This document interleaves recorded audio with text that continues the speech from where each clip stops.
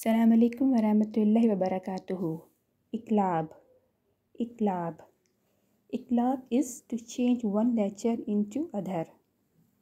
إقلاب is to change one letter into other. After Nun Sakin or Tanween, if there is a letter Ba, then Nun Sakin or Tanween will be changed into Mim and recited it with Gunna. Examples: لنسفأ بالناصية يومئذ بجهنم من بعد. Let's repeat. إقلاب. إقلاب. إقلاب is to change one letter into other. After Nun Sakin or Tanween, if there is a letter Ba, then Nun Sakin or Tanween will be changed into Mim and recited it with Gunna. لنسفأ بالناصية يومئذ بجهنم من بعد.